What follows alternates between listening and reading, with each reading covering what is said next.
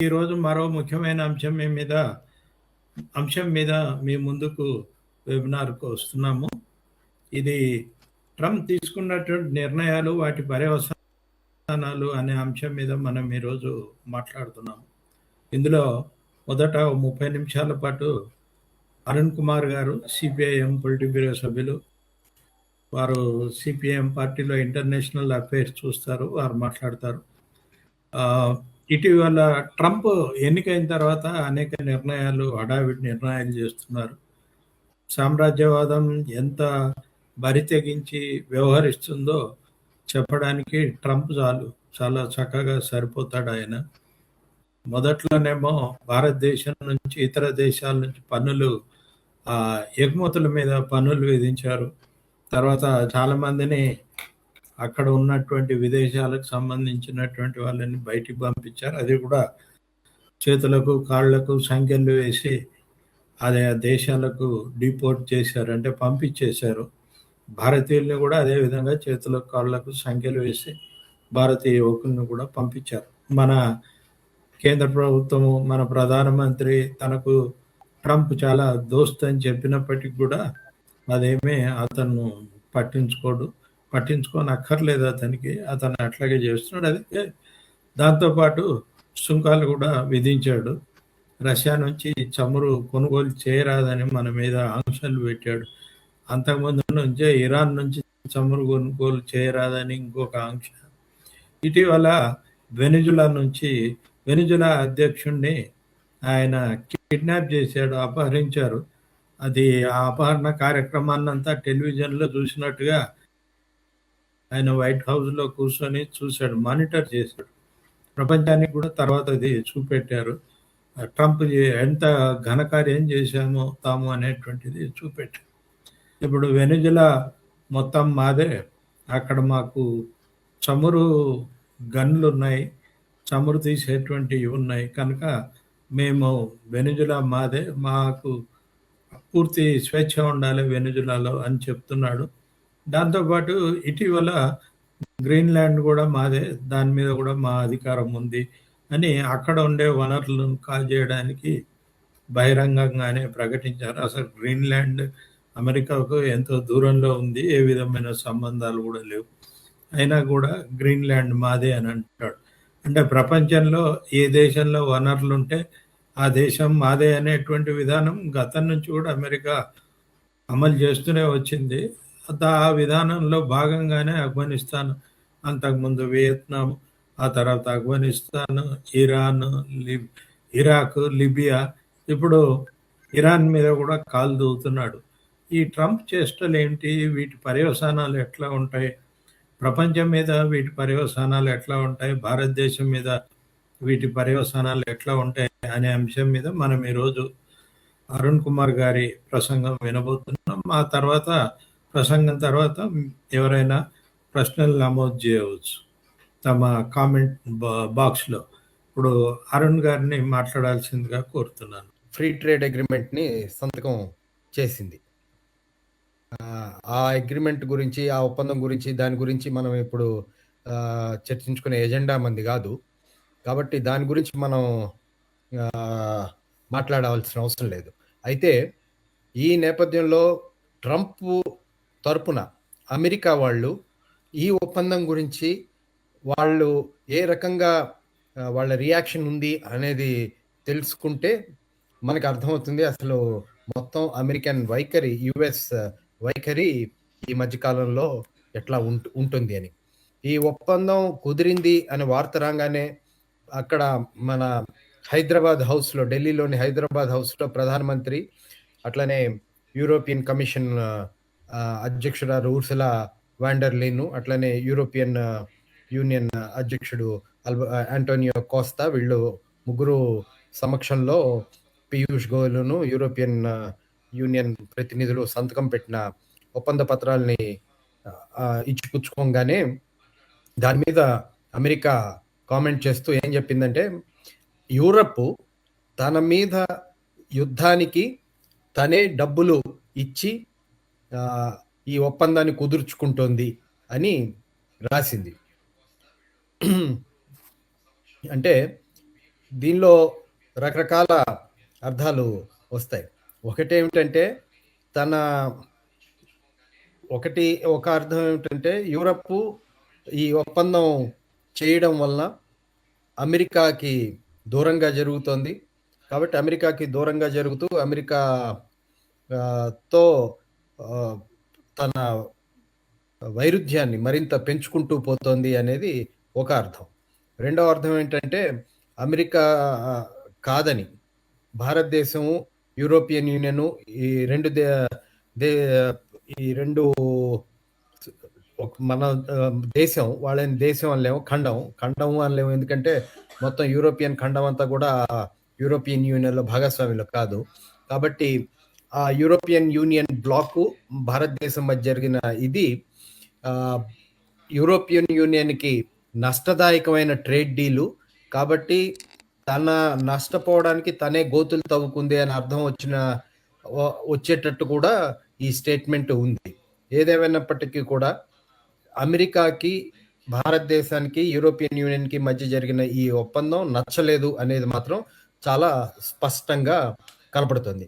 ఇక్కడ భారతదేశానికి ఇంకొక దేశానికి కానీ లేకపోతే యూరోపియన్ యూనియన్ లాంటి ఒక ప్రాంతానికి కానీ మధ్య ఒప్పందం జరిగితే అమెరికాకి నచ్చాల్సిన అవసరం ఉందా లేదా అంటే అమెరికాకి నచ్చాల్సిన అవసరం లేదు. ఇది ఈ రెండు దేశాల మధ్య లేదా ఒక దేశం ఒక దేశాల కూటమి మధ్య జరిగిన ఒప్పందం అది వాళ్ళకి నచ్చితే సరిపోతుంది. ఇది కానీ ఇక్కడ ముఖ్యమైన విషయం అమెరికా ఎందుకని ఇటువంటి కామెంట్లు చేస్తుంది.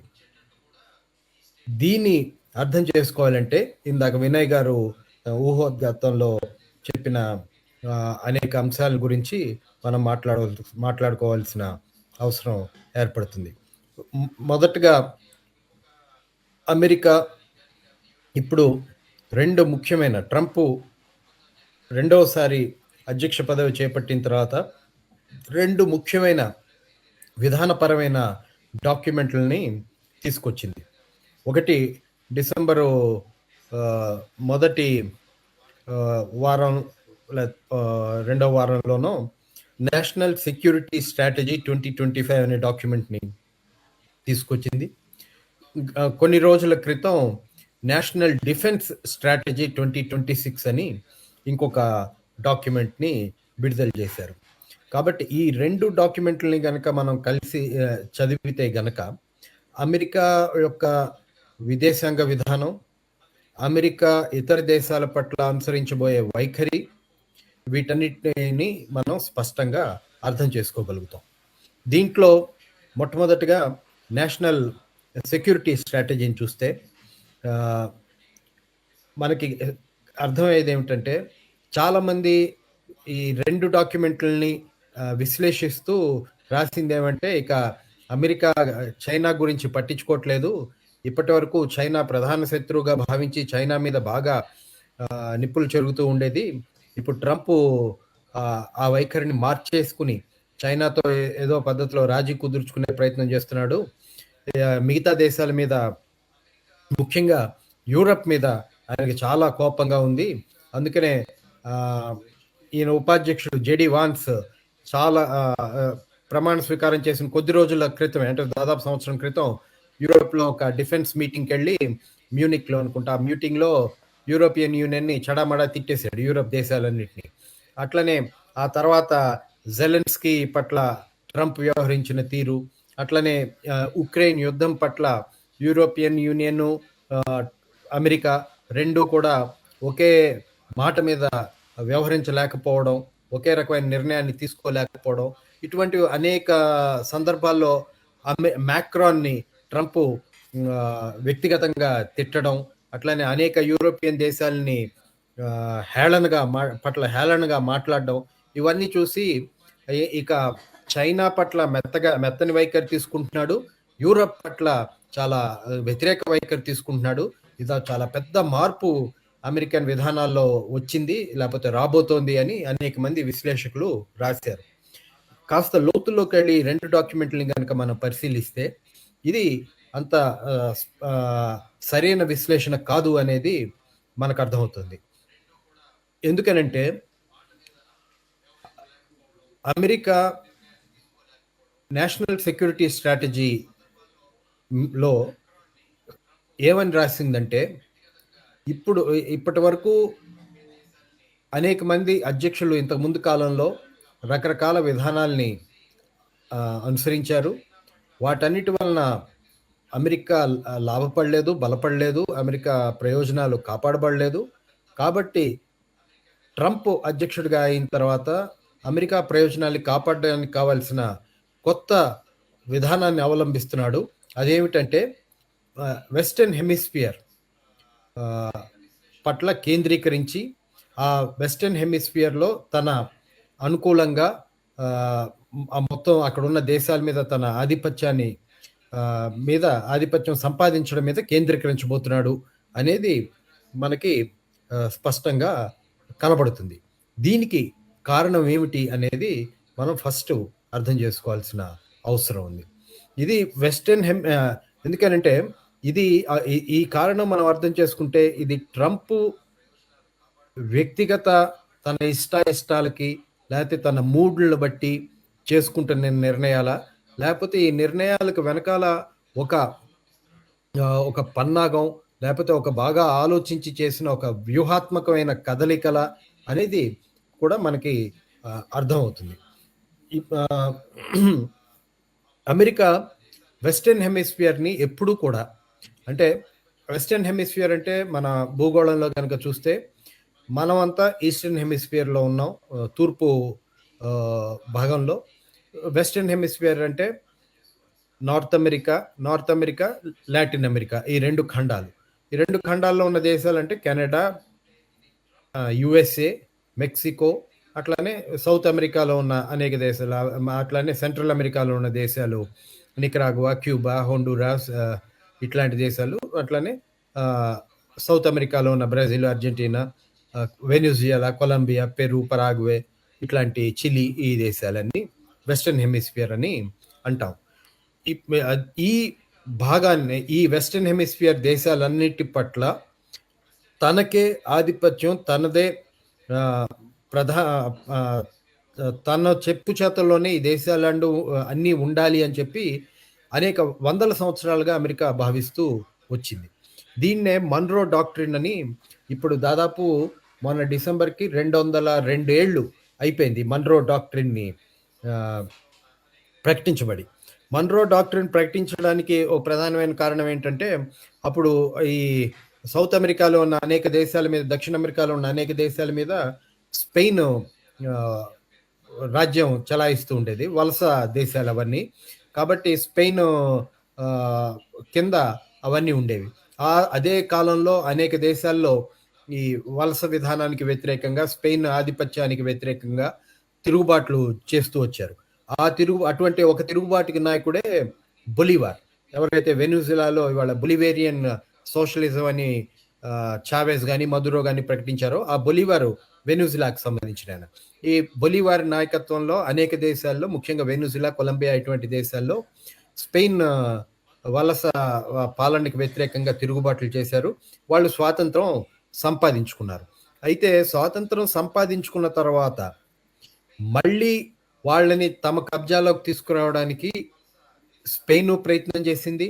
అట్లనే స్పెయిన్ ఇప్పుడు వెళ్ళిపోయింది కాబట్టి స్పెయిన్ ఖాళీ చేసిన ప్రాంతంలో తాము ప్రవేశించి తమ ఆధిపత్యంలోకి ఈ దేశాలను తెచ్చుకోవాలని ఇంగ్లాండు, ఫ్రాన్స్ కూడా ప్రయత్నాలు చేసినాయి.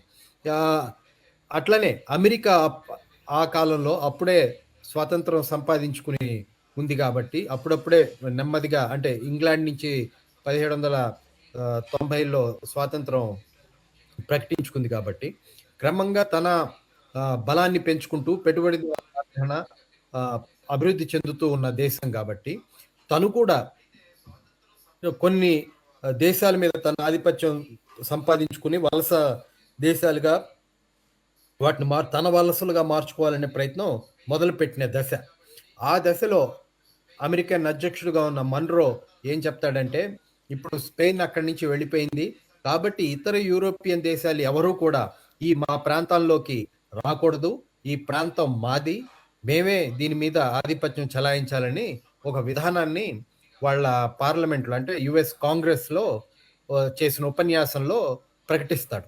దాన్ని మన్రో డాక్ట్రిన్ అని అంటాం.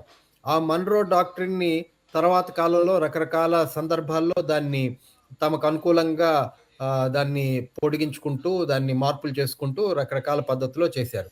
ఇది రూజ్వెల్ట్ అంటే ఫ్రాంక్లిన్ రూజ్వెల్ట్ వాళ్ళ నాన్నగారు థియోడార్ రూజ్వెల్ట్ కాలం నుంచి మొదలైంది. థియోడార్ రూజ్వెల్ట్ అయితే చాలా స్పష్టంగా చెప్తాడు.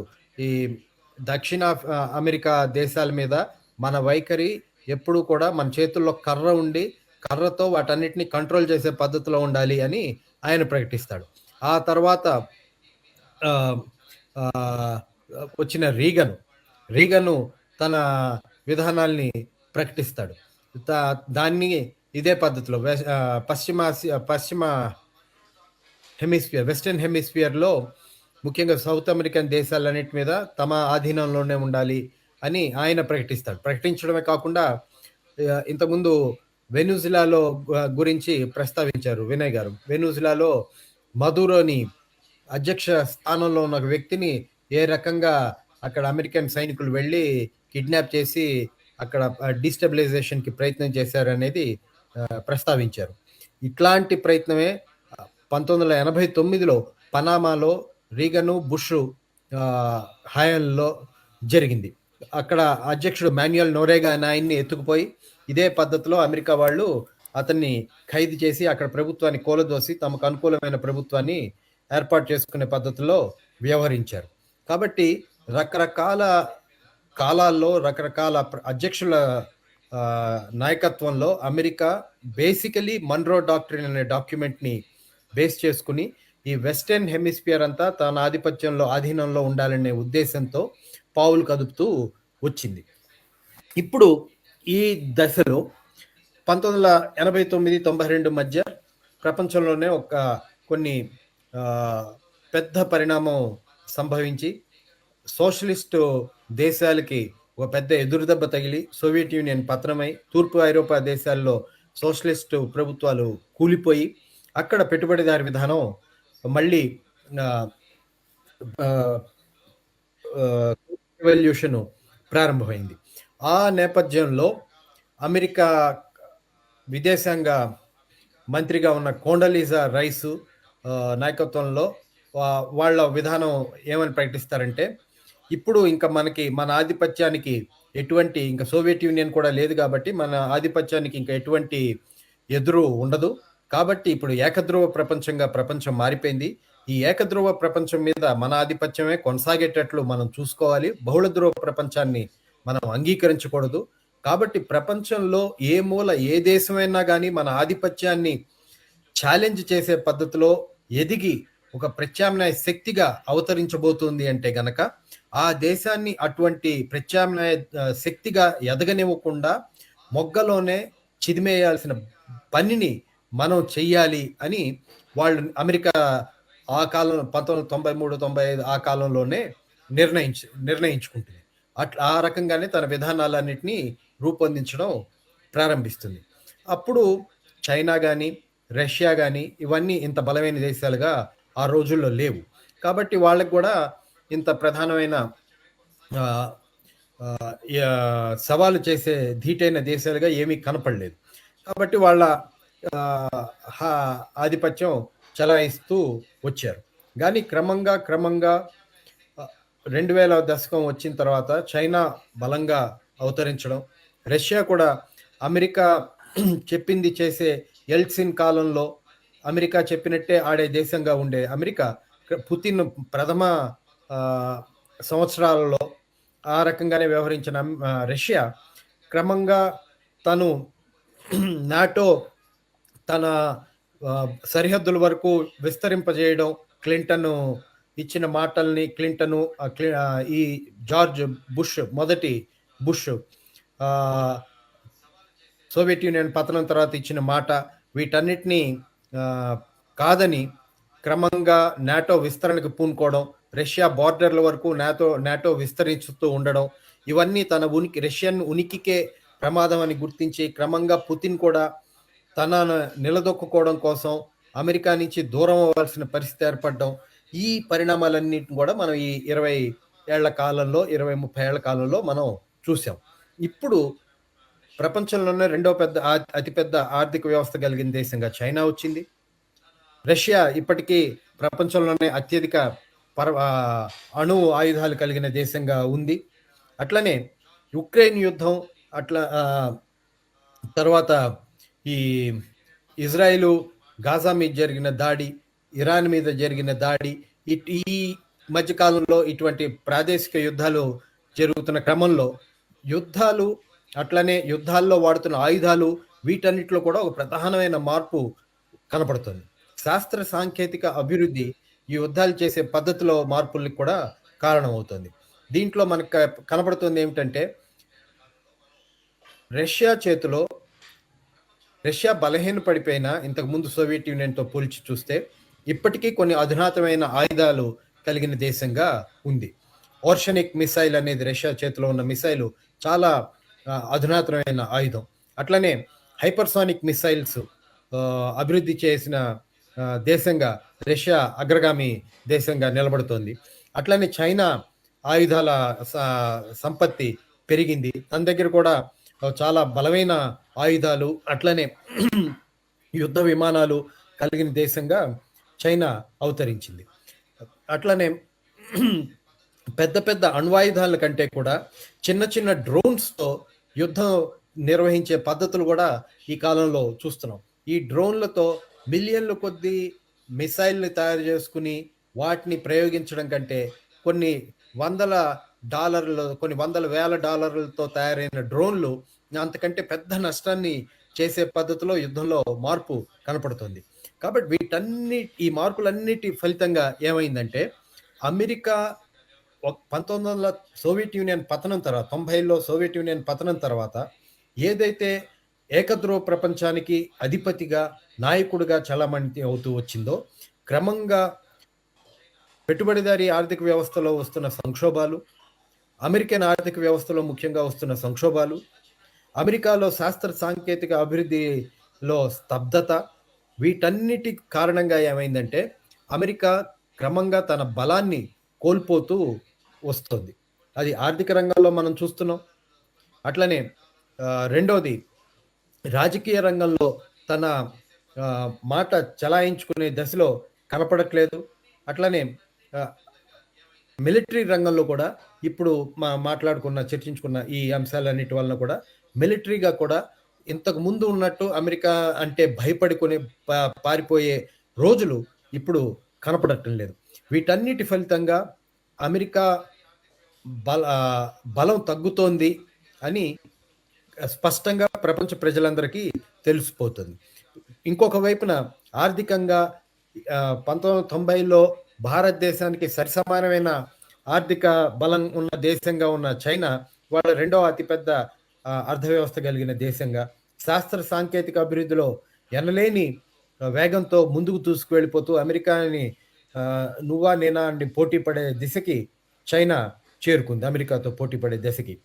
వీటన్నిటి వలన చైనా, రష్యా మిత్రత్వం పెరగడం, ఒకళ్ళకొకళ్ళు సహకారాన్ని పెంచుకోవడం, అట్లనే చైనా తన బలాన్ని, ఆర్థిక వ్యవస్థని మెరుగుపరుచుకుంటూ తృతీయ ప్రపంచ దేశాలు, అట్లనే దక్షిణ ధ్రువ దేశాలుగా ఉన్న ఆఫ్రికా ఖండంలోని దేశాలతో కానీ, దక్షిణ అమెరికా దేశాలతో కానీ, ఆసియా ఖండంలోని దేశాలతో కానీ తన వాణిజ్యాన్ని పెంచుకోవడం, వ్యాపారాలని పెంచుకోవడం, మిత్రత్వాన్ని పెంచుకోవడం, ఇవన్నీ కూడా మనకి కనపడుతుంది.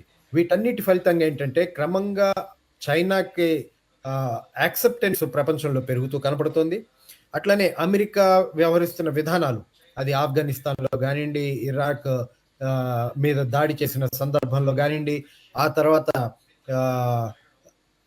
లిబియా మీద దాడి చేసిన సందర్భం కానివ్వండి, సిరియా మీద దాడి చేసినప్పుడు కానివ్వండి, ఇజ్రాయెల్కి అండగా నిలబడినప్పుడు కానివ్వండి, వీటన్నిటిలోనూ అమెరికా యుద్ధోన్మాది దేశంగా ప్రపంచ ప్రజల్లో అమెరికా పట్ల ఒక ఏహ్య భావం కూడా పెరగడం మనం గమనిస్తున్నాం. వీటన్నిటినీ కలిపి చూసుకున్నప్పుడు 1990లో సోవియట్ పతనం తర్వాత అమెరికా ఏదైతే ఆశించిందో జరగకూడదని అదే జరిగింది. తనకి పోటీగా నిలబడే దేశాలు ఉండకూడదని ఆ రోజుల్లో భావించింది. ఇవాళ చైనా, రష్యా ఇటువంటి దేశాలన్నీ తనకి ధీటుగా నిలబడే దేశాలుగా అవతరించినాయి. కాబట్టి ఒబామా కాలం నుంచి ఇది గుర్తించారు. కాబట్టి చైనాని ఎట్లాగైనా కట్టడి చేయాలి అనేది అమెరికన్ విధానంగా ఆ రోజుల్లో ఉండేది. దాన్ని కట్టడి చేయడం కోసం ఒబామా మొట్టమొదటిసారిగా ఏషియా పైవట్ అని తన నేషనల్ సెక్యూరిటీ స్ట్రాటజీలో ఒక మార్పుని ప్రవేశపెట్టాడు. అంటే ఇప్పుడు మనకి వెస్టర్న్ హెమిస్ఫియర్ కాదు అమెరికాకి ముఖ్యమైనది, ఏషియా ఖండం, ఏషియా ఖండాన్ని మీద తన ఆధిపత్యాన్ని ఎస్టాబ్లిష్ చేయడం, తన కంట్రోల్లో ఆధీనంలో ఉంచుకునేటట్టు చూడడం ముఖ్యం అని భావించి ఏషియా పైవట్ అనే విధానాన్ని ప్రకటించాడు. దానిలో భాగంగానే దాదాపు 60% తన నావికా దళాల బృందాల్ని, బలాన్ని ఇండో పెసిఫిక్ సముద్రాల్లోకి పంపించాడు, మహాసముద్రంలోకి పంపించాడు. చైనాని దిగ్బంధనం చేయడం, కట్టడి చేయడం, బలహీనపరచడం ముఖ్యమైన లక్షణాలుగా ప్రకటించారు. ఇదే విధానాన్ని ట్రంప్, ఒబామా తర్వాత వచ్చిన ట్రంప్ తన మొదటి 4 ఏళ్ల కాలంలోనూ కొనసాగించాడు. ఆ తర్వాత బైడెన్ వచ్చినప్పుడు కూడా ఇదే విధానాన్ని అనుసరించాడు. అందుకే ఈ కాలం అంతా కూడా ప్రధానంగా చైనా, ఏషియా పైవెట్టు, ఇండో పెసిఫిక్ ఈ స్ట్రాటజీలు మనం చూస్తాం.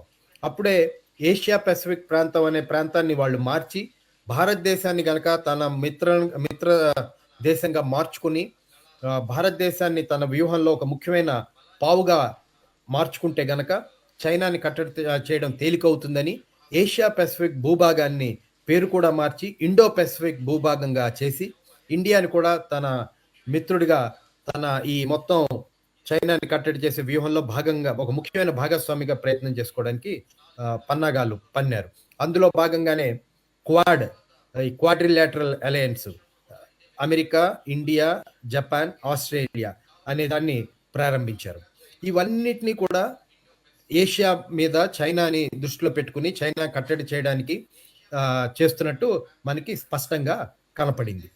ఈ అనుభవం అంతా కూడా వాళ్ళకి దాదాపు ఒక 16 ఏళ్ళు, అంటే 12 నుంచి 16 ఏళ్ల అనుభవం ఈ విధానాన్ని అనుసరించి. ఇప్పుడు ట్రంప్ వచ్చిన తర్వాత వీటన్నిటినీ సమీక్ష చేసి వాళ్ళు వచ్చిన నిర్ణయం ఏంటంటే, ఈ 15-16 ఏళ్ల కాలంలో మనం అనుసరించిన, ఏషియా మీద కేంద్రీకరించి మనం అనుసరించిన విధానం వలన మనకి చైనాని కట్టడి చేస్తాం అని మనం ఏదైతే భావించామో అది సాధ్యపడటం లేదు. చైనా మరింత బలపడుతూ పోతుంది, చైనా ప్రభావం ప్రపంచంలో పెరుగుతూ పోతుంది.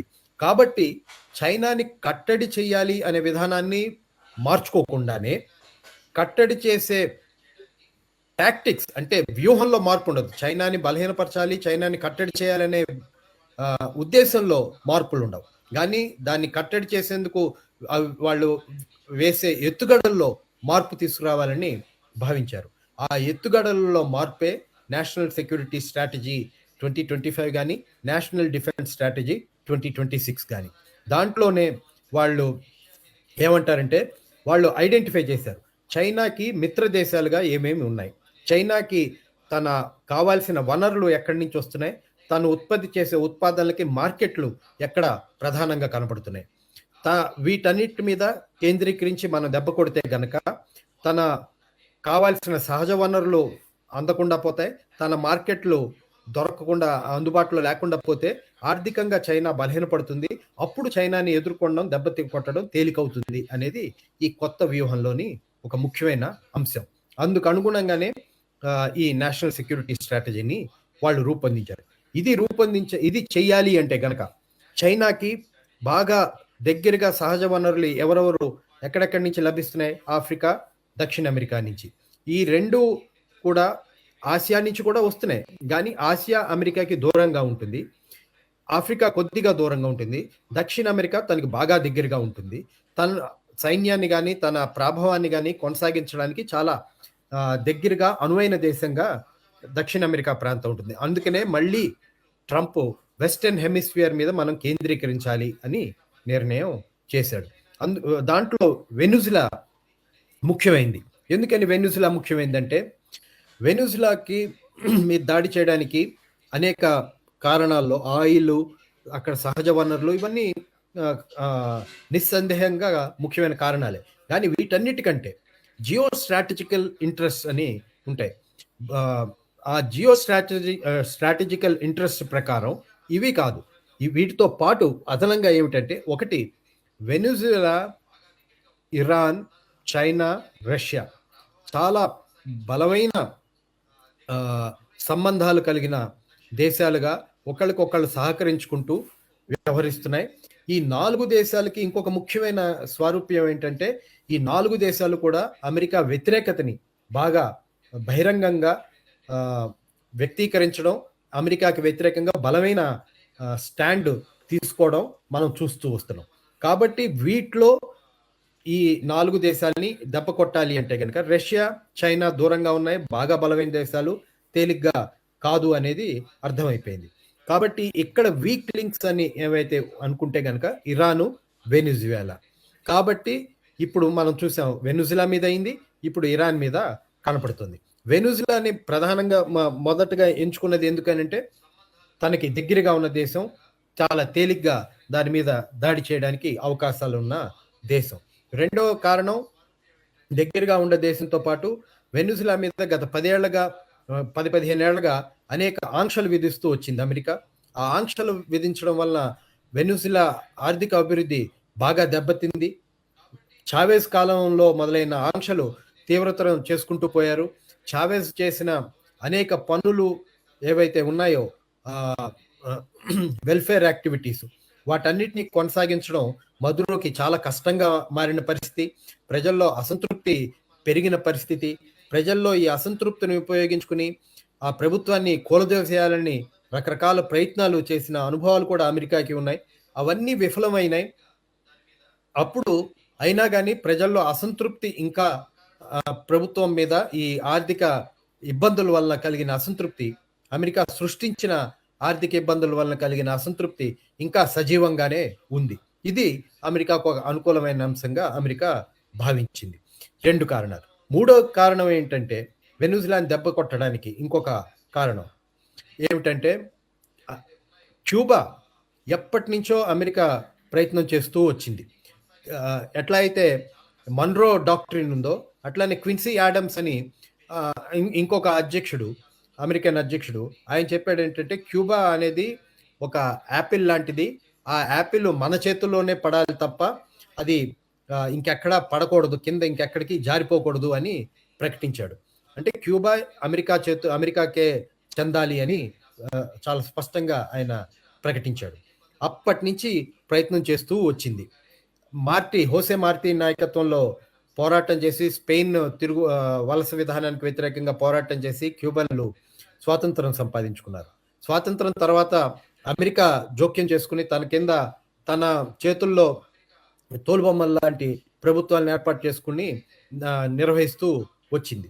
అటువంటి ఒక నియంత బటిస్టాకు వ్యతిరేకంగా ఫిడెల్ కాస్ట్రో నాయకత్వంలోని అక్కడ విప్లవ శక్తులు పోరాటం చేసి నియంత ప్రభుత్వాన్ని కూలదోసి తమ ప్రజాప్రభుత్వాన్ని ఏర్పాటు చేసుకున్నారు. 1962లో ఈ ప్రజాప్రభుత్వాన్ని సోషలిస్ట్ ప్రభుత్వంగా ఫిడెల్ కాస్ట్రో ప్రకటించాడు. అమెరికన్ ఆస్తులు అనేకటిని జాతీయం చేశాడు. అప్పటి నుంచి క్యూబా మీద దిగ్బంధనాన్ని విధించి క్యూబాని ఎట్లాగైనా కూలదొట్టాలి అని అమెరికా ప్రయత్నం చేస్తూ వచ్చింది. దాదాపు 600 సార్లు ఫిడెల్ కాస్ట్రోని హతమార్చడానికి ప్రయత్నం చేసింది. బే ఆఫ్ పిగ్స్ లాంటి సాయుధ జోక్యం చేసుకుని ప్రభుత్వాన్ని కూలదోయాలని ప్రయత్నం చేసింది. అనేక మంది ఉగ్రవాదుల్ని పంపించి అక్కడ అల్లర్లను సృష్టించి ప్రభుత్వాన్ని కూలదోయాలని ప్రయత్నం చేసింది. ఇవన్నీ విఫలమైనాయి. అప్పుడైతే మొదట్లో సోవియట్ యూనియన్ అండగా నిలబడింది కాబట్టి ఇవన్నీ విఫలమైనాయని అనుకున్నారు. సోవియట్ యూనియన్ పతనం అయిపోయిన తర్వాత ఇంకా తేలిగ్గా ఇప్పుడు దొరికిపోతుంది అనుకున్నారు. అది అవ్వలేదు. ఫిడెల్ కాస్ట్రో చనిపోయిన తర్వాత ఇప్పుడు ప్రభుత్వం పతనం అయిపోతుంది, అమెరికా ఆధీనంలోకి క్యూబా వస్తుంది అనుకున్నారు. అది సాధ్యం కాలేదు. కాబట్టి అనేక సంవత్సరాలుగా చేస్తున్న ప్రయత్నం వాళ్ళు గమనించింది ఏంటంటే, మొదట్లో సోవియట్ యూనియన్, క్యూబా చిన్న దేశం, చాలా పరిమితమైన సహజ వనరులు కలిగిన దేశం, ఇతర దేశాల మీద అనేక వనరుల కోసం ఆధారపడాల్సిన దేశం కాబట్టి క్యూబాని దిగ్బంధనం చేస్తే పడేయడం తేలిక అనుకున్నారు ఒంటరి చేసి. కానీ ఆ ఒంటరిపాటు క్యూబా ఇప్పటివరకు అవ్వలేదు. ఎందుకనంటే క్యూబాకి అండగా అనేక దేశాలు అనేక సందర్భాల్లో గట్టిగా నిలబడినాయి. సోవియట్ యూనియన్ పతనం అయిపోయిన తర్వాత మన భారతదేశం నుంచి కూడా మనం దాదాపు కొన్ని వేల టన్నుల ధాన్యాన్ని పంపించి క్యూబాకి అండగా నిలబడ్డాం. అట్లా ప్రపంచ ప్రజానీకం అంతా కూడా క్యూబాకి అండగా నిలబడుతూ వచ్చారు, వస్తున్నారు. ఇప్పుడు చావెజ్ అధికారంలోకి వచ్చిన తర్వాత వెనిజులా కూడా అదే పాత్రని పోషిస్తుంది. చావెజ్ చనిపోయిన తర్వాత కూడా మదురో ప్రభుత్వం కూడా అదే పాత్రని కొనసాగిస్తుంది. వాళ్ళు క్యూబాకి కొద్దో గొప్ప చమురు దొరుకుతుంది అంటే అది వెనిజులా నుంచి వచ్చే చమురు మాత్రమే. కాబట్టి వెనిజులాని గనక కూలదోస్తే ఆ కొద్దో గొప్ప చమురు కూడా అందుబాటులో లేకుండా పోతుంది క్యూబాకి. కాబట్టి వెనిజులాని తమ ఆధీనంలో పెట్టుకుంటే చమురు అందకుండా చేస్తే క్యూబా కూడా త్వరగా పడిపోతుంది. కాబట్టి వెనిజులాని దెబ్బతీస్తే గనక ఒకవైపున చైనాని బలహీనపరచొచ్చు, రెండో వైపున క్యూబాని కూలగొట్టచ్చు. కాబట్టి అనేక లక్ష్యాలు తను నిర్ణయించుకున్న తన లక్ష్యాల్ని చేరుకోవడానికి వెనిజులా ఒక కేంద్ర బిందువుగా గుర్తించింది అమెరికా. ఇంకొక ముఖ్యమైన అంశం ఏంటంటే దక్షిణ అమెరికాలోని అనేక దేశాల్లో రకరకాల కాలాల్లో ఈ మధ్య కాలంలో మనం వామపక్ష ప్రభుత్వాలు కానీ అభ్యుదయ ప్రభుత్వాలు కానీ మనం ఏర్పాటు అవ్వడం చూసాం. బ్రెజిల్లో ఇప్పటికీ లూలా ఉన్నారు. అంతకుముందు ఈక్వెడార్లో రఫేల్ కొరియా ఉండేవాళ్ళు, అట్లనే బొలివియాలో ఇవో మొరాలెస్ ఉండేవాళ్ళు, అర్జెంటీనాలో కిర్చనర్ ఉండేవాళ్ళు, ఎల్ సాల్వడార్లో ఉండేవాళ్ళు, హోండూరాస్లో మొన్నటి వరకు కాస్ట్రో జెలయా కాస్ట్రో ఉండేవాళ్ళు. ఇట్లా రకరకాల ప్రభుత్వాలు ఒకప్పుడు రెండో మూడో అతి మితవాద ప్రభుత్వాలు తప్ప మిగతావన్నీ కూడా పురోగామి అభ్యుదయ ప్రభుత్వాలు కానీ వామపక్ష ప్రభుత్వాలు కానీ ఉండేవి. ఈ ప్రభుత్వాలన్నీ కూడా క్యూబాకు అండగా నిలబడేవి. ఇవాళ క్రమంగా ఆ ప్రభుత్వాలు అనేక కారణాల వలన అవి బలహీనపడిపోయినాయి. ఒక్క బ్రెజిల్లో తప్ప మిగతా ఎక్కడా కూడా ఇటువంటి ప్రభుత్వాలు మనకి కొలంబియాలో, మెక్సికోలో ఈ 3 ముఖ్యమైన దేశాలు, చిన్న దేశమైన ఉరుగ్వేలో తప్ప ఇంకెక్కడ ఈ పురోగామి శక్తులు ఇవాళ అధికారంలో లేరు. వెనిజులాలో ఆఫ్ కోర్స్ ఉన్నారనుకోండి. కాబట్టి ఇంతకుముందు ఈ దేశాలన్నిటి మద్దతు కూడా క్యూబాకు వచ్చేది. ఇవాళ అటువంటి ప్రభుత్వాలు కూడా లేవు. అవి వెనిజులాకి, ఆ ప్రభుత్వాలన్నీ వెనిజులాకి క్యూబాకి అండగా నిలబడేవాళ్ళు. ఇవాళ ఆ ప్రభుత్వాలు కూడా లేవు.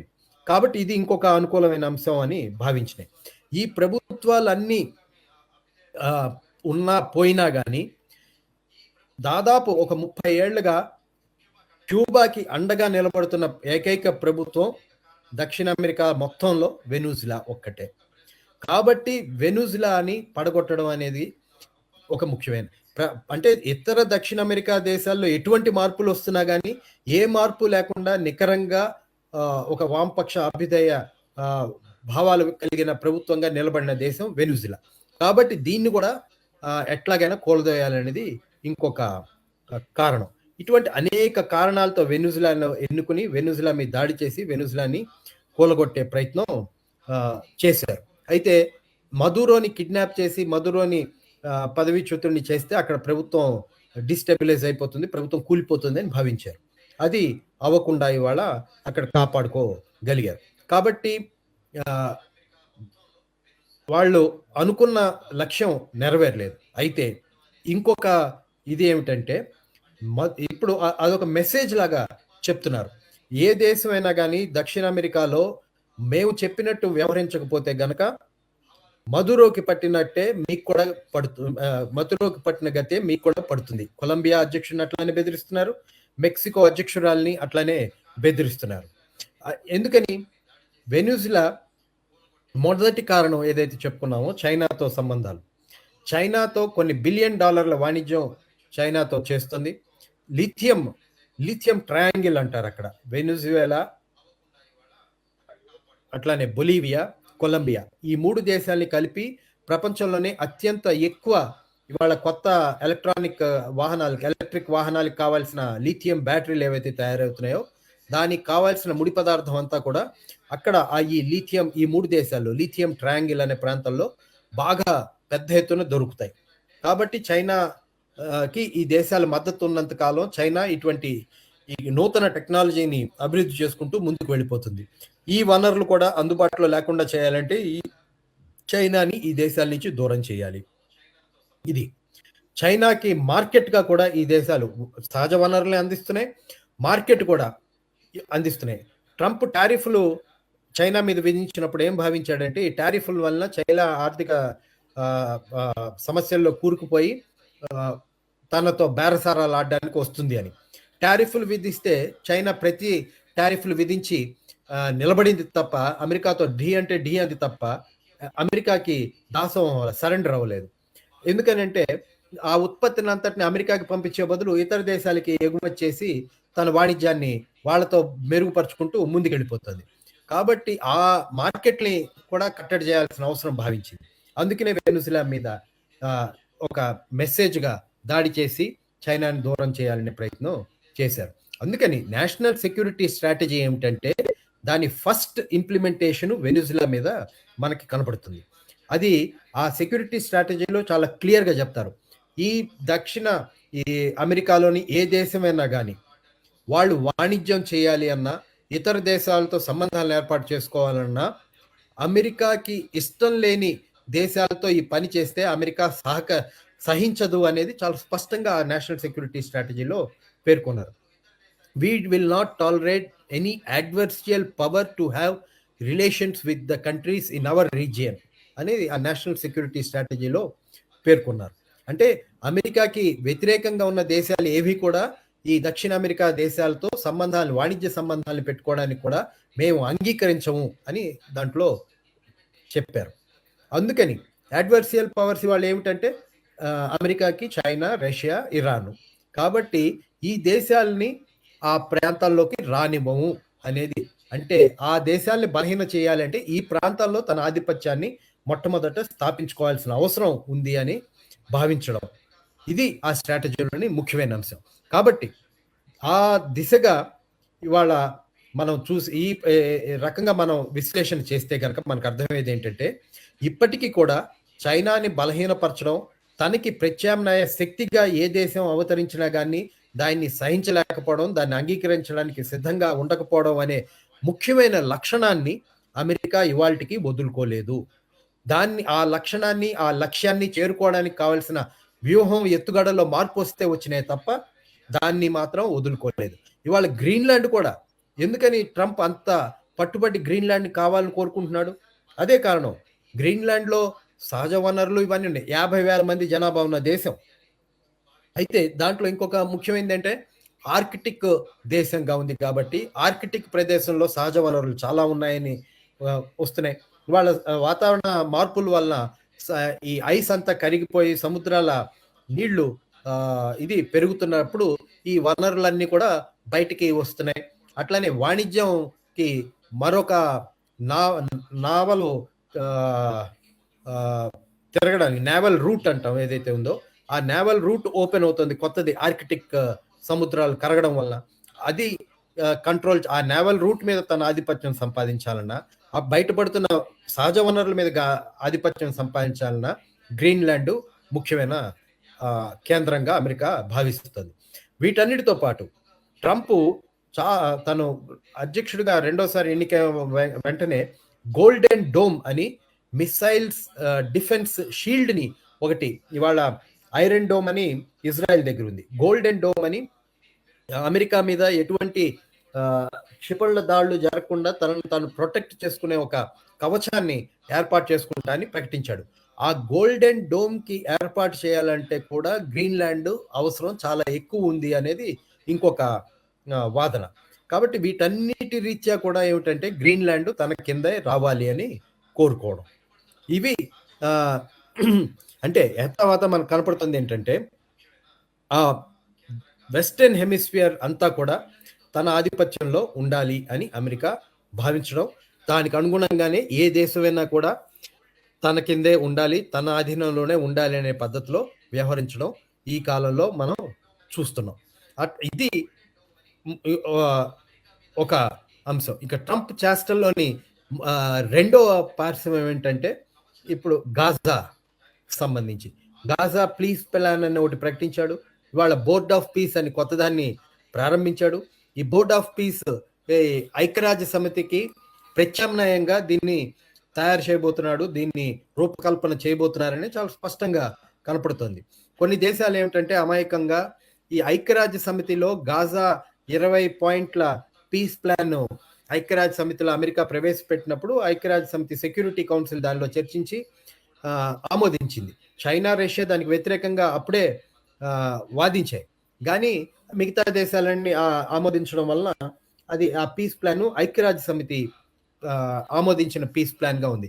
ఐక్యరాజ్య సమితి పీస్ ప్లాన్ కాబట్టి తాము చేరడంలో ఎటువంటి ఇబ్బంది ఉండకపోవచ్చు అని కొన్ని దేశాలు దాంట్లో చేరినాయి.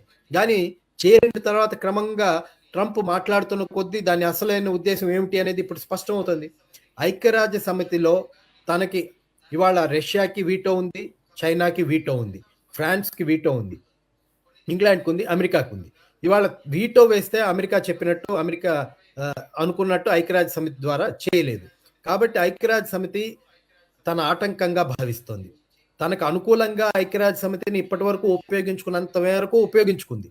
ఇప్పుడు అది చైనా బలపడుతున్న కొద్దీ ఐక్యరాజ్య సమితి ద్వారా తన కావాల్సిన పద్ధతిలో వ్యవహరించలేను అనేది గుర్తిస్తోంది. కాబట్టి ఐక్యరాజ్య సమితి తనకు ఆటంకంగా నిలబడబోతోంది అనేది గుర్తిస్తుంది. కాబట్టి ఇక అదే వద్దు అనుకోండి, దాని స్థానంలో ఇంకో కొత్తది కావాలంటే ప్రపంచం వెంటనే యాక్సెప్ట్ చేసే పరిస్థితుల్లో లేదు. కాబట్టి బోర్డ్ ఆఫ్ పీస్ అని గాజాలో శాంతి పేరుతో మొదలెట్టి క్రమంగా దాన్ని ఐక్యరాజ్య సమితికి ప్రత్యామ్నాయమైన బోర్డుగా తయారు చేయాలనేది పన్నాగంలో భాగం అని ఇప్పుడు స్పష్టమవుతుంది. గాజాలో కూడా ఎటువంటి కావాలి అనేది బోర్డు వాళ్ళు విడుదల చేసిన బ్రోషర్లు వీటిని చూస్తే కనబడుతుంది. పెద్ద పెద్ద ఆకాశ హార్మయాలు కట్టి అవన్నిటిని ఏదైతే ట్రంప్ అంతకుముందే చెప్పాడో రివియరా లాగా, అంటే ఒక పర్యాటక కేంద్రం లాగా గాజాని మార్చాలి అనే ఉద్దేశంలో భాగంగానే ఈ గాజాలో తన విధానాలు ఉండబోతున్నాయి అనేది స్పష్టమవుతుంది. ఇది మనకి ఈ బోర్డ్ ఆఫ్ పీస్ ట్రంప్ ఇంకొక దీంట్లో, అంటే ఈ బోర్డ్ ఆఫ్ పీస్ లో ఇంకొకటి, ఎవరన్నా వెంటనే చేరొచ్చు, ఇన్విటేషన్లు పంపించాడు, దాన్ని బట్టి చేరాలని అడుగుతున్నాడు, చేరుతున్నారు. కానీ దీంట్లో పర్మనెంట్ మెంబర్లుగా కావాలంటే కనుక $1 బిలియన్ కట్టాలి అని చెప్తున్నాడు. 3 ఏళ్ల వరకు మీరు ఫ్రీగా సభ్యులుగా ఉండొచ్చు, ఆ తర్వాత మీరు పర్మనెంట్ గా ఉండొచ్చు. దీనికి చైర్మన్ డొనాల్డ్ ట్రంప్, అంటే పర్మనెంట్ గా ఉండడానికి డొనాల్డ్ ట్రంప్. ఇక్కడ మనం గమనించాల్సింది, ట్రంప్ అమెరికా అధ్యక్షుడిగా 3 ఏళ్ల తర్వాత ఆయన పదవీ కాలం అయిపోతుంది. పదవీ కాలం అయిపోయిన తర్వాత అమెరికా రాజ్యాంగం ప్రకారం అతను మళ్ళీ ఎన్నికకి అర్హుడు కాదు. ఆ రాజ్యాంగాన్ని మార్చి మళ్ళీ ఎన్నికల్లో పోటీ చేయాలని ఆయన కోరికలు ఉండొచ్చు, కానీ ఇప్పటి వరకు అయితే అటువంటి అర్హత కనపట్లేదు, అవకాశాలు కనపట్లేదు. కానీ బోర్డ్ ఆఫ్ పీస్ లో మాత్రం అతను పర్మనెంట్ చైర్మన్. అంటే అమెరికాకి అధ్యక్షుడిగా ఉన్నా లేకపోయినా అమెరికన్ పెట్టుబడి యొక్క హక్కుల్ని కాపాడే ఈ బోర్డ్ ఆఫ్ పీస్ పేరుతో ఆ గుత్తాధిపత్యాన్ని కాపాడే ఒక బాడీని ఏదైతే ఆయన ఫ్లోట్ చేస్తున్నాడో, కొత్తగా ఆవిష్కరిస్తున్నాడో, దానికి మాత్రం ట్రంపే అధ్యక్షుడిగా ఉంటాడు. అంటే అమెరికా అధ్యక్షుడిగా ఉన్నా లేకపోయినా ప్రపంచ దేశాలన్నిటి మీద మాత్రం ట్రంప్ ఆధిపత్యం కిందే ఆ దేశాలను నడుచుకోవాలనే ఒక ఇది కూడా మనకు కనపడుతుంది. ఇక్కడ ట్రంప్ ఆధిపత్యం అంటే ట్రంప్ ఆధిపత్యం వ్యక్తి ఆధిపత్యం కాదు, ఆ అమెరికన్ ప్రయోజనాల ఆధిపత్యం. అమెరికన్ ప్రయోజనాలు ఏ రకంగా కాపాడబడతాయి అనేది, దాన్ని ఐక్యరాజ్య సమితి ద్వారా కాపాడబడతాయి అనుకున్నప్పుడు ఐక్యరాజ్య సమితిని ఉపయోగించుకున్నారు. అది కాదు అనుకున్నప్పుడు బోర్డ్ ఆఫ్ పీస్ లాంటివి ముందుకు తీసుకొస్తారు. ఏషియాలో కేంద్రీకరిస్తే తన ఆధిపత్యం కాపాడబడుతుంది అనుకున్నప్పుడు ఏషియా మీద కేంద్రీకరించాలని విధానాన్ని ప్రకటించారు. ఇవాళ అది కాదు అని ఇదైన తర్వాత ట్రంప్ నేషనల్ సెక్యూరిటీ స్ట్రాటజీ పేరుతో కనపడుతుంది. కాబట్టి మనకు మొత్తంగా ఈ పరిణామాలన్నింటినీ చూస్తే కనుక ఇవి ట్రంప్ చేష్టలు లేకపోతే ట్రంప్ వ్యక్తిగత నిర్ణయాలు కంటే కూడా అమెరికన్ విదేశాంగ విధానంలో అమెరికా వ్యూహాత్మకంగా తన లక్ష్యాన్ని చేరుకోవడానికి చేసుకుంటున్న మార్పులు, తనకి వ్యతిరేకంగా నిలబడే ఏ శక్తిని సహించలేని దశకి చేరుకుంటున్న వాతావరణ పరిస్థితి మనం గమనించాలి. ఇది నేను అనుకోవడం, మనం ఈ రోజున ప్రపంచంలో జరుగుతున్న ఈ పరిణామాలు అమెరికా వీటిని అర్థం చేసుకోవడానికి ఒక ప్రామాణికంగా మనం ముందుకు వెళ్ళాల్సిన అవసరం ఉందని భావిస్తున్నాను. చాలా వివరంగా చెప్పారు, మొత్తం చరిత్ర అంతా కూడా చెప్పారు. సరే, కొన్ని ప్రశ్నలు ఉన్నాయి. ఇప్పుడు ఈ పరిణామాలన్నీ కూడా యూరోప్ దేశాల కొంత కదలిక రావటం, అమెరికాకు వ్యతిరేకంగా మాట్లాడటం, ఇటువంటి పరిణామాల వల్ల నాటోపై దీని ప్రభావం ఉంటుందా అనేది ప్రశ్న. నాటో మీద ఇప్పటి వరకు అమెరికానే ఆధిపత్యం. అమెరికా ట్రంప్ అధ్యక్షుడిగా అంతకుముందు వచ్చినప్పుడు నాటో దేశాల్లో అమెరికా కాని దేశాలన్నీ కూడా బడ్జెట్‌లో 2% కంటే తక్కువ బడ్జెట్‌లో డిఫెన్స్ మీద ఖర్చు పెడుతూ ఉండేవి. ఇవాళ బలవంతంగా అమెరికా వాటన్నిటిని 5% వాళ్ళ జీడీపీలో 5% డిఫెన్స్ మీద ఖర్చు పెట్టేటట్టు పెంచే రకంగా ఒత్తిడి తీసుకొచ్చాడు. దాదాపు అవి చేరుకుంటున్నారు. దీంట్లో పాటు ఇంకొక షరతు ఏంటంటే, ఈ పెంచిన డిఫెన్స్ బడ్జెట్ అంతా కూడా అమెరికన్ ఆయుధాలు ఇవి కొనడానికి కోసమే ఖర్చు పెట్టాలని. కాబట్టి అమెరికన్ ఇండస్ట్రీకి కూడా ఆ రకంగా ఉపయోగపడుతున్న పద్ధతిలో వ్యవహరిస్తున్నాడు. అది కూడా కనపడుతుంది. ఇప్పుడు నేషనల్ డిఫెన్స్ స్ట్రాటజీ అని ఏదైతే ఈ 4-5 రోజుల క్రితం అమెరికా వాళ్ళు ఏదైతే ప్రకటించారో, దాంట్లో వాళ్ళు పేర్కొన్నది ఏంటంటే, ఇప్పటి వరకు నాటో దేశాలన్నీ కూడా అమెరికా ఖర్చు పెడితే తాము కూడా ఆ ఫలితాల్ని అనుభవించే దేశాలుగా ఉన్నాయి. అంటే నిజమైన భాగస్వామ్య దేశాలుగా లేవు. నిజమైన భాగస్వామ్య దేశాలుగా ఉండాలి అంటే గనక అమెరికా మీద ఆధారపడే దేశాలుగా ఉండకూడదు. అమెరికాతో సమానంగా డబ్బులు ఖర్చు పెట్టి బాధ్యతలు పంచుకునే దేశాలుగా ఉండాలి అని. అంటే అమెరికా ఈ దాడులు చేసేటప్పుడు వీటన్నిటిని కాకుండా తనే వ్యక్తిగతంగా ఒంటరిగా దాడులు చేసే పరిస్థితి లేదు. ఇవాళ చైనాని గాని, రష్యాని గాని ఎదుర్కోవాలి అన్నా గాని ఒంటరిగా ఎదుర్కొనే పరిస్థితి లేదు. ఈ నేషనల్ డిఫెన్స్ స్ట్రాటజీలో చాలా స్పష్టంగా పేర్కొంటారు. రష్యా ఒక గ్రాఫ్ ఇస్తారు. రష్యాకి ఎంత ఆయుధాలు లేకపోతే ఎంత ఆర్థిక బలం ఉంది, నాటో దేశాలన్నిటికీ కలిపి ఆయుధ బలం ఎంత ఉంది, ఆర్థిక బలం ఎంత ఉంది అని. అంటే ఈ దేశాలన్నిటినీ ఎదుర్కోవాలి అంటే గనక అమెరికా ఖచ్చితంగా ఇవాల్టికి కూడా నాటో మీదే ఆధారపడాల్సిన పరిస్థితి అనివార్యంగా ఉంది. అయితే ఈ క్రమంలో కొన్ని విభేదాలు రావచ్చు, కొన్ని భిన్నాభిప్రాయాలు ఉండొచ్చు. కానీ అల్టిమేట్‌గా నాటో ఏదో కనుమరుగైపోయే రకంగా ఈ విభేదాలు దారితీసే పరిస్థితి కనపట్లేదు. ఇది కేవలం అమెరికా అవసరాలే కాదు. ఇతర యూరోపియన్ దేశాలు నాటోలో భాగస్వాములుగా ఉన్న ఇంగ్లాండ్ గాని, జర్మనీ గాని, ఫ్రాన్స్ గాని ఈ దేశాల అవసరాల రీత్యా కూడా నాటోలోనే వాళ్ళు కొనసాగాలని కోరుకుంటారు. కాబట్టి ఉభయ ప్రయోజనాల రీత్యా కూడా నాటో కొనసాగుతూనే ఉంటుంది. తర్వాత ఇంకో ప్రశ్న, భారత ప్రభుత్వం స్పందించట్లేదు వెనిజులాలో జరిగిన పరిణామాల మీద, అదేవిధంగా గ్రీన్లాండ్ కూడా మాకు కావాలి అనే వాడి డిమాండ్ మీద భారత ప్రభుత్వం ఏమీ స్పందించటం లేదు. ఎందుకని ఈ స్థితిలో ఉంది భారత ప్రభుత్వం? భారత ప్రభుత్వం స్పందించటం లేదు అనేది కరెక్ట్ కాదు. భారత ప్రభుత్వం స్పందించింది. కానీ చాలా ఘోరంగా స్పందించింది. వెనిజులాకి మద్దతుగా నిలబడి అమెరికాని ఖండించే పద్ధతిలో స్పందించకుండా దాన్ని ఏమంటారంటే సన్నాయి నొక్కులు నొక్కుతున్నట్టు మాట్లాడింది తప్ప, ఒక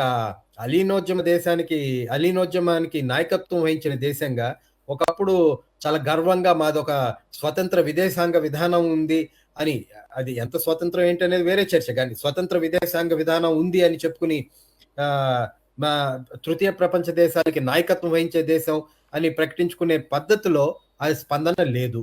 అమెరికాని నిర్ద్వంద్వంగా ఖండించాల్సిన అవసరం ఉన్న పరిస్థితిలో ఆ రకమైన మాటలు కనీసం వాటి వైపు కూడా చూసే పరిస్థితి భారతదేశానికి లేదు. దీనికి ప్రధానమైన కారణం ఏంటంటే, అమెరికా పట్ల భారత ప్రభుత్వానికి కానీ, భారత పాలక వర్గాలకు కానీ ఎనలేని విశ్వాసం. ఇవాళ భారత ఆర్థిక వ్యవస్థ కూడా ఒక సంక్షోభంలో ఉంది. ఆ సంక్షోభం నుంచి బయటికి రావాలి అంటే గనక అమెరికా మీద ఆధారపడితేనే మనం ఆ సంక్షోభం నుంచి బయటికి రాగలుగుతామని వాళ్ళు భావిస్తున్నారు. కాబట్టి అమెరికాని వదులుకోవడానికి సిద్ధపడలేదు ఒకటి. రెండోది, ఈ ప్రభుత్వానికి కమ్యూనిస్టు వ్యతిరేకత, చాలా పచ్చి కమ్యూనిస్టు వ్యతిరేకత ప్రభుత్వం ఇది. కాబట్టి చైనా మీద వాళ్ళకి చైనాతో సత్సంబంధాలని వాళ్ళు కోరుకోలేరు. కాబట్టి చైనాకి కౌంటర్గా ఉన్న అమెరికా పట్ల సానుకూలంగా ఉంటే చైనా పట్ల తమ శత్రుత్వాన్ని కానీ, చైనాకి గట్టి ధీటుగా నిలబడగలుగుతామని కానీ వాళ్ళు భావిస్తున్నారు. అది సరైన విధానం కానే కాదు. చైనాతో మన పక్కనున్న దేశం, కొన్ని శతాబ్దాలుగా మిత్ర దేశంగా ఉంది చైనా మనకి. అనేక సాంస్కృతికంగా ఇచ్చిపుచ్చుకున్న దేశం. బౌద్ధ మతం మన దగ్గర నుంచి వెళ్ళింది. అనేక ఇవి ఒకళ్ళ మీద ఒకళ్ళ ప్రభావాలు కలిగిన సంస్కృతి, నాగరికతలు కలిగిన దేశాలు మన రెండు దేశాలు. అటువంటి దేశాన్ని దూరం చేసుకోవడం అనేది అవివేకమైన పని. ఈ మధ్య కాలంలో కొన్ని మెరుగైన సంబంధాలను ఏర్పాటు చేసుకుంటున్నారు. ఆర్ఎస్ఎస్ వాళ్ళు కూడా చైనా బృందాల్ని కలిశారు. ఇవన్నీ మంచి పరిణామాలు. కాబట్టి స్వాగతిస్తాం. గానీ ఇవన్నీ కూడా ఏంటంటే ఎందుకు చేస్తున్నారు? నిజాయితీతో చేస్తున్న వాటికంటే మనకనిపించేదేంటంటే అమెరికాని బెదిరిస్తున్నట్టు ఒక రకంగా. నువ్వు గనక మాకు అనుకూలంగా చేయకపోతే ఇదిగో మేము చైనా వైపెళ్తాం, ఇదిగో మేము రష్యా వైపెళ్తాం అని బెదిరించడానికి చేస్తున్న పనులుగా కనపడుతున్నాయి తప్ప, నిజంగా బహుళ ధ్రువ ప్రపంచాన్ని ఆశించి, బహుళ ధ్రువ మల్టీపోలారిటీని స్ట్రెంథెన్ చేయాలనే కోరిక మనకు కనపట్లేదు. ఇవాళ యూరోపియన్ యూనియన్‌తో ఒప్పందం కూడా అదే పద్ధతిలో. యూరప్‌కి అమెరికా నుంచి కష్టాలు కనపడుతున్నాయి. భారతదేశానికి అమెరికా నుంచి ఇది కనబడుతుంది. కాబట్టి అమెరికాకి ఒక మెసేజ్ ఇవ్వడానికి ఇదిగో నువ్వు గనక మాతో సరిగ్గా లేకపోతే గనక, మమ్మల్ని పట్టించుకోకపోతే గనక మేము కలిసి మీకు వ్యతిరేకంగా తయారవుతాం అనేది బెదిరించడానికి అన్నట్టు కనబడుతుంది తప్ప, ఒక దీర్ఘకాలిక లక్ష్యం వాళ్ళ స్వతంత్రాన్ని కాపాడుకోవడం, వాళ్ళ సార్వభౌమత్వాన్ని రక్షించుకోవడం అనే పద్ధతిలో లేదు. అందులో ఎప్పుడైతే ఈ రకమైన వెన్నుపూస లేని విదేశాంగ విధానాన్ని అవలంబిస్తామో, సహజంగా వెనుజులా మీద దాడి జరిగినా, పాలెస్టీనా మీద దాడి జరిగినా ఖండించడానికి బదులు మెత్తమెత్తగా అమెరికాకు అనుకూలంగా మాట్లాడాల్సిన పరిస్థితి కనబడుతుంది. ఇప్పుడు కొంతమందికి ఇక్కడ ట్రంప్ మధురను కిడ్నాప్ చేయటం వీటన్నింటి మీద కాంగ్రెస్లో కూడా వ్యతిరేకించే వాళ్ళు ఉన్నారు. అమెరికన్ ప్రజలు కూడా దీన్ని సమర్థించరు అని ఒక వాదన ఉంది. నిజంగా అమెరికాలో ఎటువంటి పరిస్థితి ఈ రోజు ఉంది? ఏదైనా సమాచారం ఉందా? అమెరికాలో ట్రంప్‌కి వ్యతిరేకంగా జనవరి 3వ తారీఖున ఎప్పుడైతే ఈ వెనిజులా మీద దాడి జరిగిందో, వెంటనే ఆ అర్ధరాత్రే వాషింగ్టన్‌లో చాలా పెద్ద ప్రదర్శన జరిగింది. అనేక నగరాల్లో ఈ సైనిక దాడికి వ్యతిరేకంగా, మదురోని ఎత్తుకురావడానికి వ్యతిరేకంగా పెద్ద పెద్ద ప్రదర్శనలు జరిగినాయి. కోర్టుకి తీసుకొస్తారని తెలిస్తే ఆ కోర్టుకి దగ్గర ప్రాంతాల్లో కూడా చాలా పెద్ద ప్రదర్శనలు జరిగినాయి. దాదాపు 100 నగరాల్లో అమెరికా యుఎస్‌లో 100 నగరాల్లో ఈ సైనిక దాడికి వ్యతిరేకంగా ప్రదర్శనలు జరిగినాయి. అందుకనే ఇవాళ వెంటనే మదురో మీద ఏం చర్యలు తీసుకోకుండా, ఈ చర్చలకి, వెనుజులా మీద దాడికి కొనసాగించకుండా, ముందుకు వెళ్లకుండా అంతర్జాతీయంగా వస్తున్న వ్యతిరేకత ఒక కారణం అయితే, ఇంకోటి తన దేశంలోనే ఈ ఘటనకు వ్యతిరేకంగా వస్తున్న వ్యతిరేకతకు కూడా ఒక కారణం. ఇక మన దేశంలో కాంగ్రెస్ పార్టీ, నాకు అర్థమైంది మీరు అడిగిన ప్రశ్న కాంగ్రెస్ పార్టీకి సంబంధించింది అనుకుంటున్నాను. యుఎస్ కాంగ్రెస్ కాదు, భారత కాంగ్రెస్ కదా. యుఎస్ కాంగ్రెస్ లో కూడా కొంతమంది దీన్ని అపోజ్ చేస్తారు. ఓకే, మీరు అడిగింది యుఎస్ కాంగ్రెస్ అయితే, యుఎస్ కాంగ్రెస్ లో చాలా మంది దీన్ని, డెమోక్రాట్స్, రిపబ్లికన్స్ లోనే కొద్దిమంది ఇది సరైన ఇది కాదు అని. ఎందుకనంటే ట్రంప్ కి ఒక ముఖ్యమైన కోర్ కాన్స్టిట్యుయెన్సీ అని చెప్పేది మాగా, మేక్ అమెరికా గ్రేట్ అగైన్ అనే బృందం. ఆ మేక్ అమెరికా గ్రేట్ అగైన్ అనే గ్రూప్ వాళ్ళ మూల సిద్ధాంతం ఏంటంటే, అమెరికా మళ్ళీ బలపడాలి అంటే గనక విదేశాలలో జోక్యం చేసుకోకుండా ఉంటేనే మనం బలపడగలుగుతాం. ఇరాక్ లో జోక్యం చేసుకుని, ఆఫ్ఘనిస్తాన్ లో జోక్యం చేసుకుని మన సైన్యంలో చచ్చిపోయారు, మన వనరులు కూడా బోళంత ఖర్చు పెట్టి మనం అనవసరంగా వేస్ట్ అయిపోయినాయి. అందుకని విదేశాల్లో జోక్యం చేసుకోకూడదు అనేది వాళ్ళ ఒక బేసిక్ ఫిలాసఫీ వాళ్ళది. దానికి వ్యతిరేకంగా ట్రంప్ ఇవాళ వెళ్తున్నాడు. మొదటంతా ట్రంప్ నేను శాంతి కావాలి, నేను 8 దేశాల్లో యుద్ధాన్ని ఆపేశాను, ఇవన్నీ చెప్తున్న కొద్దీ వాళ్ళు ఇదే మన ఇది అనుకున్నారు. కానీ ఎప్పుడైతే ట్రంప్ ఇవాళ ట్రంప్ చెప్పే ఇవాళ 7 దేశాల మీద ట్రంప్ ఈ సంవత్సర కాలంలో బాంబులు వేశాడు. 630 పైన బాంబింగ్ అటాక్స్ జరిగినాయి యుఎస్ ఈ ట్రంప్ కాలంలో. కాబట్టి శాంతి దూత అని చేసుకునే ప్రచారం సరైన ప్రచారం, వాస్తవ ప్రచారం కాదనుకోండి. కానీ ఇంత బ్రేజన్ అటెంప్ట్ అంటారు చూసారా, ఇంత నిస్సిగ్గుగా చేసిన, ఇంత పబ్లిక్ గా, ఇంత నగ్నంగా చేసిన దాడి, బరి తెగించి వ్యవహరించడం వెనిజులాలో చేసింది కూడా జీర్ణించుకోలేకపోతున్నారు ఆ కాన్స్టిట్యుయెన్సీ కూడా. అందుకని వాళ్ళలో కూడా డివిజన్స్ ఉన్నాయి. అది కూడా ఒక కారణం ట్రంప్ ఇంకాస్త ముందుకెళ్ళి చేయకపోవడానికి. ఈ బోర్డ్ ఆఫీస్ లో భారత ప్రభుత్వం కూడా, భారతదేశం కూడా చేరే అవకాశం ఉందా? చేరే అవకాశం ఉంటుందని మనం అనుకుంటున్నాం. అది అమెరికా ఎంత ఒత్తిడి తీసుకొస్తే అంత లొంగిపోయే అవకాశం ఉంటుంది. కాబట్టి దీన్ని ఇప్పటి వరకు భారత ప్రభుత్వం అవును అనలేదు, కాదు అనలేదు. ఆహ్, అదేంటిది 'పుష్ప' సినిమాలో పాటలాగా అంటావా, అంటావా ఏమి అనకుండానే కూర్చుంది హ్మ్. భారత ప్రభుత్వం. అంటే ఏం జరుగుతుంది తెలీదు. అంటే ఏం జరుగుతుందో భయపడుతోంది. కాబట్టి ఏమి మాట్లాడట్లేదు. మనం అందుకనే వామపక్ష పార్టీలుగా మనమంతా చెప్పిందేమిటంటే ఈ మేము చెప్పిందేమిటంటే ఇట్లా చేరకూడదు. చేరితే గనక భారత విదేశాంగ విధానానికి నష్టం, భారతదేశానికి నష్టం. ఇవాళ మూడో ప్రపంచ దేశాలు ఎవరు నమ్ముతారు భారతదేశం ఇటువంటి బోర్డ్ ఆఫ్ పీస్‌లో జాయిన్ అయితే? పాలెస్టీనా ప్రజలే గాదు. ఎవ్వరు గూడా నమ్మరు. ఎందుకంటే ఈ బోర్డ్ ఆఫ్ పీస్‌కి నాయకత్వం వహించిన ట్రంప్ వెనిజులా లాంటి దేశాల్లో అధ్యక్షుడిని ఎత్తుకుపోయాడు. రేపొద్దున్న ఇంకో దేశంలో ఇట్లానే ఎత్తుకుపోతే గనక భారతదేశం నిలబడుతుందనే గ్యారంటీ ఏంటి? అందుకని మనం ఒంటరైపోతాం విదేశాంగ విధానంలో. కాబట్టి జారకుండా ఉండటం మన దేశానికి మంచిది. ఈ పరిణామాలన్నీ అక్కడ అమెరికాలో స్థిరపడిపోయినటువంటి భారతీయుల మీద ఏమైనా ప్రభావం చూపుతున్నాయా? వాళ్ళలో ఏదైనా కదలిక ఉంటుందా? అంటే కదలిక అంటే ఆహ్, ఆహ్, నెగెటివ్ ప్రభావం భారతదేశ ప్రజల మీద ఇప్పటికే కనపడుతుంది. అనేక హ్మ్. చోట్ల ఈ ఈ మేక్ అమెరికా గ్రేట్ అగైన్ అనే వాళ్ళకి, ట్రంప్ ఆ! విధానాలకి వీటన్నిటికి ఏమిటంటే ఆహ్, భా వాళ్ళ దేశంలోకొచ్చిన వలసొచ్చిన దాన్ని మైగ్రెంట్స్ అవును. ఆహ్, ఇమిగ్రెంట్స్ వీళ్ళ వలన అనేక సమస్యలొస్తున్నాయి గాబట్టి వీళ్ళని రానివ్వకూడదు ఈ దేశాల్లోకి అని. ఇప్పటికే మనం పంజాబ్ నుంచి వెళ్ళిన ట్రక్ డ్రైవర్లని ఏ రకంగా కొట్టి చిత్రహింసలకు గురిచేశారనేది చూసాం.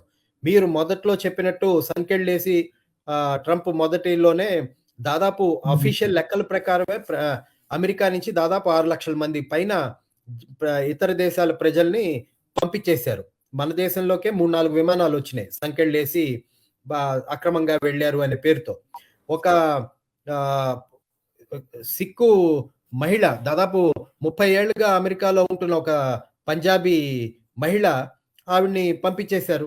నువ్వు ఇల్లీగల్ మైగ్రెంట్‌వని. దాదాపు వాళ్ళ అబ్బాయిలకి అందరికి గ్రీన్ కార్డ్‌లు ఇవన్నీ ఉన్నాయి. కాబట్టి భారత సంతతికి చెందిన వాళ్ళు అమెరికాలో చాలా భయంగా వాళ్ళు బతుకుతున్న పరిస్థితి. ఏ రోజున ఎవరు ఈ ఐస్ దాడులు జరుగుతున్నాయి. మినియాపోలిస్‌లో మీరు చూస్తుండుంటారు. మిన్నసోటా నగరంలో మినియాపోలిస్‌లో ఎట్లాంటి దాళ్ళు చేసి ఎవరిని షూట్ చేస్తున్నారో ఏమి వాళ్ళకి ఏం అధికారాలు ఉన్నాయో తెలియట్లేదు గానీ ఇష్టం వచ్చినట్టు కాల్చేస్తున్నారు. దాదాపు ముగ్గురిని చంపేశారు మినియాపోలిస్ ఒక చిన్న రాష్ట్రంలో. కాబట్టి వాళ్ళు షికాగోలో దాడులు చేశారు. న్యూయార్క్‌లో దాడులు చేస్తున్నారు. ఎత్తుకుపోతున్నారు. కాబట్టి భారత వాళ్ళు బయటికెళ్ళాలి అన్నా, అమెరికాలో తిరగాలి అన్నా గూడా ఈ భయం ఒకటుంది. పొరపాటున మనల్ని ఎత్తుకుపోయారంటే, మన యాక్సెంట్ తప్పుగా ఉందనో, మన మొహాలు తెల్లగా లేవనో, మనం అమెరికన్‌గా లేము అనే పేరుతో మనల్ని ఎత్తుకుపోయారంటే గనక చంపుతారా? అరెస్ట్ చేస్తారా? భారతదేశానికి పంపిస్తారా? గ్యారంటీ లేదు. ఏదైనా జరగొచ్చు ఈ మూడిట్లో. కాబట్టి ఆ భయం ఉంది. దాంట్లో ఒక రకమైన భయం ఇదైతే, ఇంకొకటి భారతదేశం నుంచి నాకు తెలిసి తెలంగాణ నుంచి వెళ్ళిన ఒక అమ్మాయి అనుకుంటా. ఒక హ్మ్. యూనివర్సిటీ స్నాతకోత్సవం సందర్భంగానో, లేపోతే వాళ్ళ కాలేజీలు తెరిచేటప్పుడో వాళ్ళ ఉపన్యాసాలుంటాయి. పిల్లలతో ఉపన్యాసాలు ఇప్పిస్తారు. ఆ ఉపన్యాసాల్లో చాలా బ్రహ్మాండంగా మాట్లాడుతున్నారు ఈ పిల్లలు. స్టూడెంట్స్ చాలా ధైర్యంగా పాలెస్టీనాకి మద్దతుగా, ఇజ్రాయెల్‌కి వ్యతిరేకంగా, అమెరికన్ విధానాలకు వ్యతిరేకంగా చాలా బ్రహ్మాండమైన ఉపన్యాసాలు ఇస్తున్నారు. అంటే భారత ప్రజల్లో అక్కడ భారత సంతతికి చెందిన వాళ్ళు, భారత ప్రజలనలే, భారత సంతతికి చెందిన వాళ్ళు భయపడుతూ ఉన్నవాళ్ళు కనపడుతున్నారు. దాన్ని గట్టిగా నిలబడి ప్రశ్నిస్తున్న వాళ్ళు కనపడుతున్నారు. ఇదే క్రమంలో మనం క్షమా సావంత్ ఆహ్, సియాటిల్ నగరంలో ఒక కార్పొరేటర్ అంటామేమో మనం. అక్కడ కౌన్సిల్ విమెన్ అని అంటాం. అవును. ఆ కౌన్సిల్ విమెన్‌గా దాదాపు ఒక 2, 3 సార్లు ఇప్పటికే ఆవిడ గెలిచింది. మళ్ళీ మొన్న గూడా ఎన్నికల్లో గూడా గెలిచింది. ఆవిడ ఇండియన్ ఎక్స్‌ప్రెస్‌లో ఇవాళే వ్యాసం రాసింది. ఏ రకంగా ట్రంప్ తప్పులు చేస్తున్నాడు, ఆ ప్రభుత్వం అనుసరిస్తున్న విధానాలకు వ్యతిరేకంగా. ఆ క్షమా సావంత్ పేరే చెప్తుంది భారత్ సంతతికి చెందిన ఆవిడ. ఇంకా జోహ్రాన్ మమ్దాని ఉన్నాడు. హాఫ్ ఇండియన్ అనుకోండి. హ్మ్. కాబట్టి ఆహ్, భారత స్వాతంత్ర పోరాట వారసత్వాన్ని లేపోతే ఆ లక్షణాలు గనక ఉంటే గనక అక్కడున్న భారతీయులకి వాళ్ళు నిలబడి పోరాడగలుగుతారు. ఎందుకంటే గదర్ ఉద్యమం ఆ రోజుల్లో అక్కడి నుంచే కదా మొదలైంది. అదే. కెనడా, అమెరికా, అవును. అవును. కాలిఫోర్నియా. సరే. ఇప్పుడు ఇంగ్లాండ్ ఈయూలో లేదు గదా! ఇంగ్లాండ్‌కి, అమెరికాకి ఉన్న సంబంధాల్లో ఏమైనా మార్పులు కనపడుతున్నాయా మనకి? ఇవాళ యూరోపియన్ దేశాల్లో అత్యంత ఆహ్, మిత్రత్వం కలిగిన దేశం అమెరికాకి ఇంకా ఏదన్నా దేశం మిగిలింది అంటే అది బ్రిటనే. అందరికంటే ముందు బ్రెక్సిట్ వలన బయటకొచ్చేసిన యూరోపియన్ యూనియన్ నుంచి అందరికంటే ముందు అమెరికాకి సరెండర్ అయిన దేశం కూడా ఆహ్, బ్రిటనే. అందరికంటే ముందు ట్రంప్ టారిఫ్‌లకు భయపడిపోయి వాళ్ళతో వాణిజ్య ఒప్పందాన్ని కుదుర్చుకున్న దేశం బ్రిటన్.